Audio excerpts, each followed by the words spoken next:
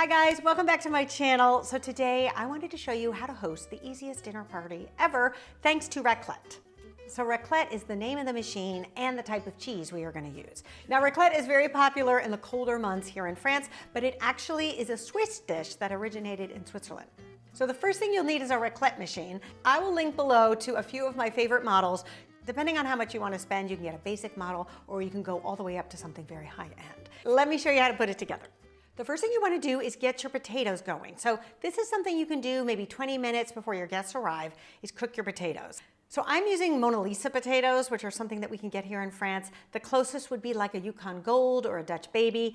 You also want to keep your potatoes whole, so you don't want to cut them. You're going to let your guests do that when you serve it. And I'm going to show you why in a minute. People have different ways that they like to eat the potato with the raclette. While the potatoes are boiling, another thing you can get ready are some vegetables. So a lot of these raclette machines will also come with a little grill top, or in my case, it's a granite top that you can cook things on. And I think the easiest vegetable to cook on a little granite top are mushrooms. But you could also use zucchini, tomatoes, any vegetable that's soft, that's not gonna take a long time to cook. And if you're working with a round vegetable, the best thing to do is to slice them in half so that they have a flat side. So what I like to do is serve them like little brochettes. That way it's a little bit easier to cook the mushrooms on, or really any vegetables, so they don't slide around. I think raclette works really well if you have a group of friends that you know really well, because it's a pretty casual way to serve everybody. But it also works, I find, with people you don't know that well, because it loosens everybody up. It gets people talking and laughing and sharing what little concoctions they like best. And it's just a really fun way to have a dinner party. Then to add a little bit more flavor to the mushrooms, I do like to brush them with some olive oil. It'll also help prevent them from sticking onto your little cooktop surface there. And then you want to add a little bit of salt, some freshly cracked pepper, and if you have it, a little herbes de Provence is also yummy on top too. They can sit out for at least an hour or so at room temperature. Then you can lay out your cheese. So here in France, we get a variety of different types of raclette cheese. And I just had to show you how cute these little boards are. You can actually buy them like this, all pre-packaged, which I just thought was so cute. But I do like to put it all on a platter. I just think it's a little bit easier to serve that way.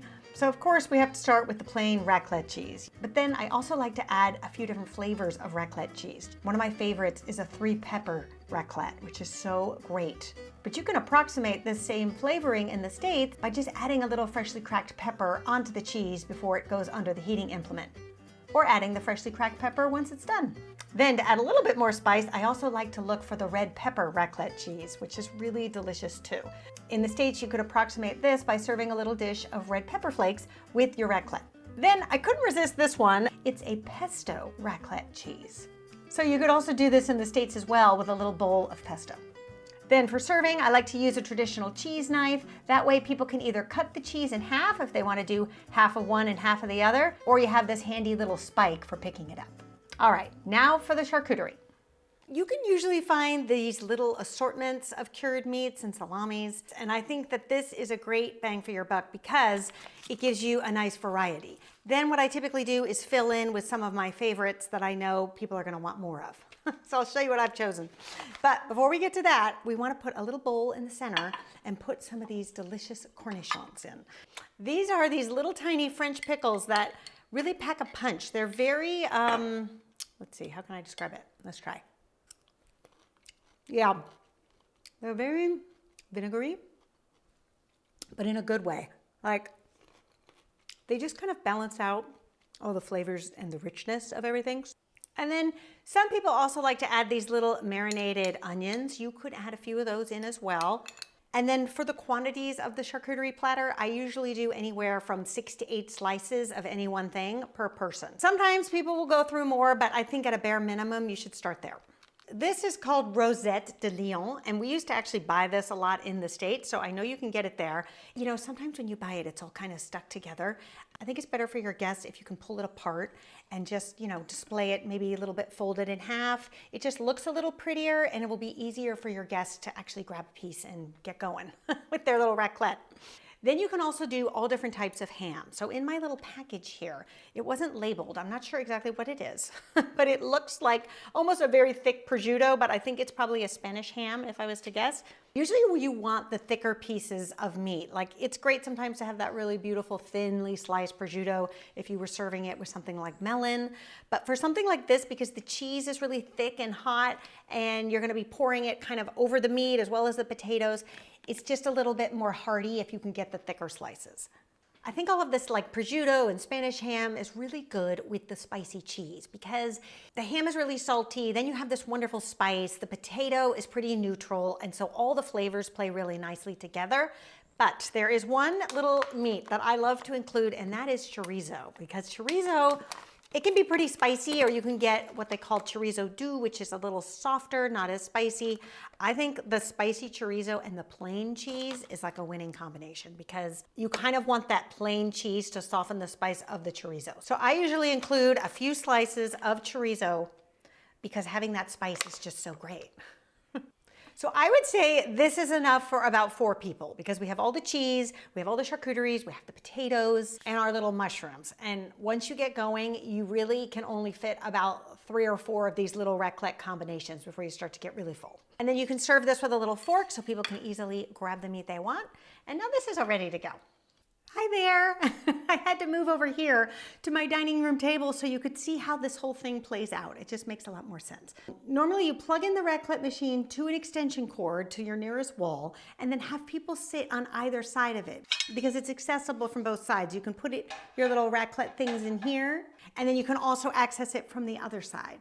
When setting the table, you could just put down your plates with a little raclette pan and the little spatula. Like that. So when they come to the table, everything's here for them. All right, so first I'm going to start with the traditional way, which would just be a little bit of this plain raclette cheese and just kind of squeeze it in there. You want to make sure it doesn't fold over the edge because if it does, it can start to melt and burn your little heating implement. And then there's 2 little levels here, the top level and the bottom level. So if you really want to get going, you put it on the top level because the most amount of heat is going to melt that cheese. If you're not ready for your cheese and you want to just keep it warm, then you can put it down on the bottom level. Then on top of this little granite top here, we can get our mushrooms going. So just lay them flat.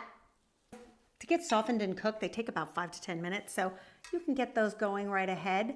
Sometimes we just use that granite top to keep the potatoes warm. So if you're gonna go that route, just take a little like small pot, probably something smaller than you actually cook them in, fill it with maybe a ½ inch of water and put the potatoes in there with a top. That way it'll prevent the bottom of your pan from burning because this thing is hot. And it also sort of keeps your potatoes warm through the steam that it creates from the little ½ inch of water. You guys are gonna have lunch with me. All right, so my cheese is nice and bubbling here. I'm just gonna keep this on warm while I get my potato ready. The idea is for everybody to take 1 potato. What I typically do is take the fork and kind of mash the potato because it makes it really easy to eat once we're gonna put our delicious, hot, bubbly cheese on top. See, and then you use the spatula to just put the cheese over the potato. See how yummy? Okay, now do not delay. You want to get the next cheese going so that by the time you're done with this, your other cheese is ready to go. So we're going to try some of the pepper cheese. I really love that one. That one's super good. In it goes. Then because I have the plain cheese here, if you were in the States and couldn't get the pepper cheese, you could add a little bit of freshly cracked pepper. And then of course, you want to treat yourself to some of this charcuterie. So I'm going to do a little bit of the ham, and of course my favorite, the chorizo. There we go. The idea is you just dig in and you've got your cheesy potatoes and your yummy little cured meats here. Should I give this a try? This just looks too good to pass up. Well, it's so yummy. And then it helps to have one of these little tongs that you bring to the table to be able to flip your mushrooms when they're done, because those little metal skewers get pretty hot. Then when they're done, you can add your mushrooms to your plate. They're quite good.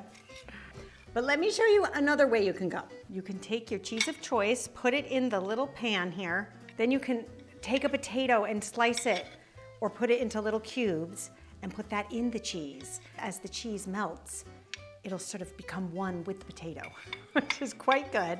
You can add little rolled up pieces of ham and maybe a little mushroom or two. See, and then you've got this whole little pan of deliciousness waiting for you. And then you just put it in. Okay, then you'll see you've got this beautiful little pan of yummy melted cheese, potatoes, ham, and mushrooms that you can put on your plate. So good. Let me show you another yummy little trick that my husband likes to do. He'll take a little bit of butter and put it in the pan and then get it nice and melted. Then once the butter is nice and sizzling like that, then you can add the egg.